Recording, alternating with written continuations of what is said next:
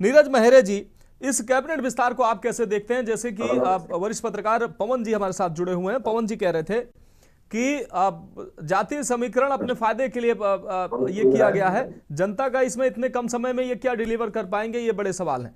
लेकिन सबसे बड़ा अहम सवाल ये है कि तमाम राज्यों में ऐसे ही जाति एक बड़ा मुद्दा है।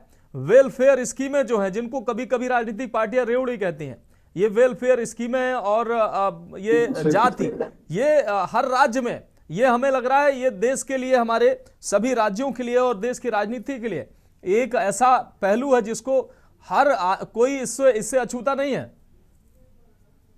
देखिए मनोज जी, एक चीज स्पष्ट हो गई है निश्चित रूप से इस मंत्रिमंडल विस्तार से, हम्म। जिसमें एक ब्राह्मण, 3 ओबीसी और 2 दलित जी।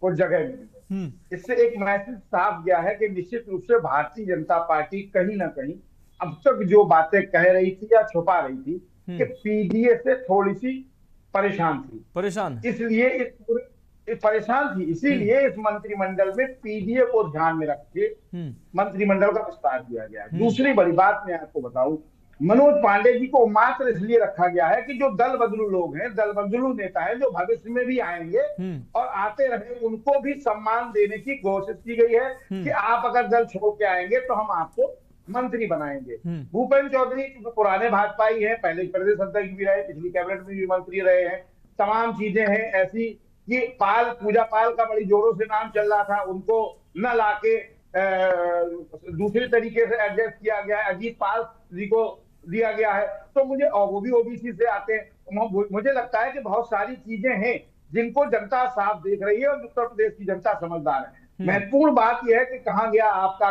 विकास, कहां गया आपका कानून व्यवस्था, जो आप लंबे लंबे दावे कर रहे थे। हम्म। जिन दावों पे हमें लगता है कहीं ना कहीं सरकार को यह लग रहा था कि जातियां हावी होती चली जा रही हैं, और वही फार्मूला जो बहुत लंबे समय से पीडीए का अखिलेश यादव चला रहे थे, वो हम्म। अब तो लगता है आपको 9 महीने, 6 महीने, 8 महीने पहले सरकार को भी लाना पड़ा।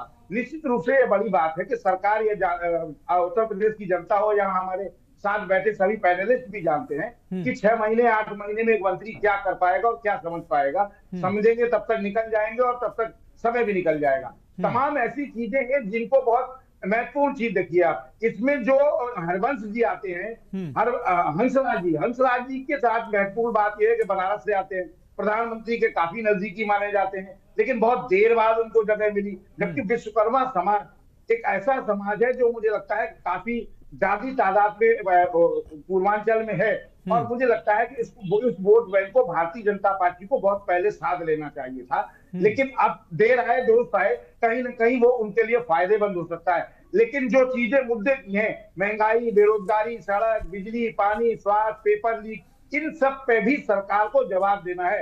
हिंदुस्तान का सबसे नंबर 1 पे राज्य है उत्तर प्रदेश, जहां अब तक जब से देश आजाद हुआ हम्म। सबसे ज्यादा पेपर लीक हुए, वो हिंदुस्तान का सबसे नंबर 1 पे राज्य है उत्तर प्रदेश। हम्म। उस पेपर लीक के मामले को लेकर कोई आप कड़ी कार्रवाई नहीं कर पाए। हम्म। निश्चित रूप से गुंडा राज आपने खत्म किया, माफिया राज खत्म किया, जमींदोज कर दिया माफियाओं को, हम्म। इनकाउंटर किए तमाम। लेकिन जो पेपर लीक, युवाओं का भविष्य इस उत्तर प्रदेश में जिस लेवल पे खराब होता चला जा रहा है, लाखों लोग अप्लाई करते हैं और रिजल्ट पेपर लीक 0। मुद्दे हम्म। की बात जो है वो इस युवाओं को जो साधने की कोई कोशिश नहीं की जा रही है, वो मुझे लगता है कहीं ना कहीं सरकार को नुकसान उठाना पड़ सकता है। जी मानव जी। बिल्कुल।